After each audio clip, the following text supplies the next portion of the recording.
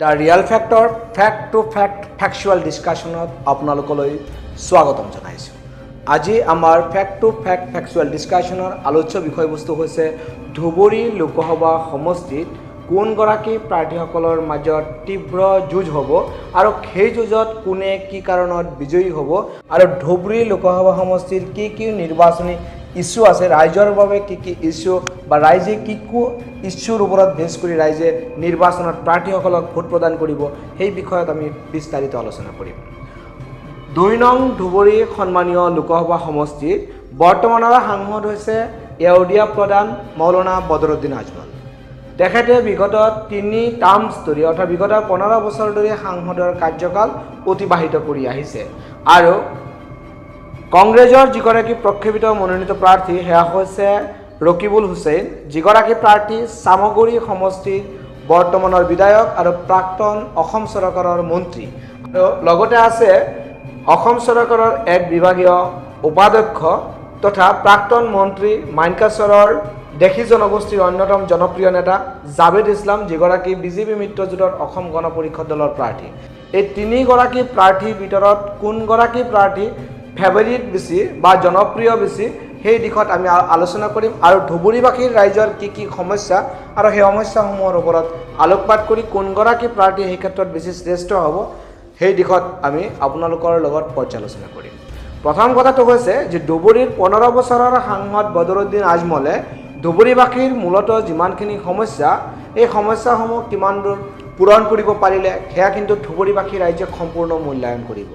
ধুবুৰীবাসী ৰাইজৰ কাৰণে মূলতঃ সমস্যা হৈছে গৰাখহনীয়াৰ সমস্যা, পুনৰ সংস্থাপনৰ সমস্যা, যাতায়াতৰ সমস্যা, শিক্ষাৰ সমস্যা, উচ্চ শিক্ষাৰ সমস্যা, নিবনুৱাৰ সমস্যা, ডি ভোটাৰৰ সমস্যা আৰু কত কি যে সমস্যাৰে ভাৰাক্ৰান্ত ধুবুৰী লোকসভা সমষ্টি।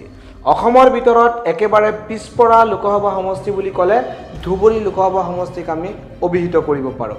এই ধুবুৰী লোকসভা সমষ্টিত বিগত ১৫ বছৰে মৌলানা বদৰুদ্দিন আজমলে কিমান দূৰ সফল হৈছে, কিমান দূৰ বিফল হৈছে, সেয়া ৰাইজে মূল্যায়ন কৰিব। এতিয়া মূলতঃ কথাটো হৈছে ধুবুৰী লোকসভা সমষ্টিটো সম্পূৰ্ণ সংখ্যালঘু অধ্যুষিত সমষ্টি। এই সংখ্যালঘু অধ্যুষিত সমষ্টিত মৌলানা বদৰুদ্দিন আজমলৰ আধিপত্য যথেষ্ট আছে বুলি আমি অনস্বীকাৰ্যভাৱে মানি ল'বই লাগিব।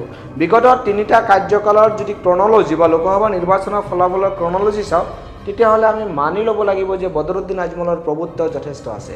কিন্তু এই ক্ষেত্ৰত আৰু এটা কথা আহি পৰিছে, যেতিয়াই কংগ্ৰেছৰ ফালৰ পৰা বৰ্তমানৰ চামগুৰি সমষ্টিৰ বিধায়ক প্ৰাক্তন মন্ত্ৰী ৰকিবুল হুছেইনে টিকট প্ৰদান কৰিছে আৰু বিজেপি মিত্ৰজোঁটৰ অসম গণ পৰিষদ দলৰ প্ৰাৰ্থী জাভেদ ইছলামক প্ৰক্ষেপ কৰিছে, তেতিয়াই কিন্তু ধুবুৰী লোকসভা সমষ্টিৰ নিৰ্বাচনী যুঁজখন আকৰ্ষণীয় হৈ পৰিছে।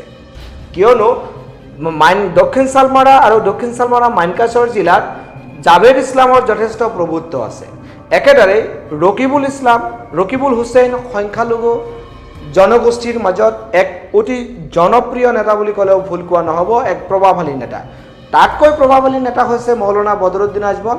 সংখ্যালঘু লোকসকলৰ মাজত অতিকৈ জনপ্ৰিয় হৈছে মৌলানা বদৰুদ্দিন আজমল আৰু তেখেতৰ ধৰ্মীয় ৰাজনীতিৰ কৰাল গ্ৰাসত সংখ্যালঘু জনগণে আজিৰ ডেটত অসম বিধানসভালৈ 16গৰাকী বিধায়ক পঠিয়াবলৈ সক্ষম হৈছিল।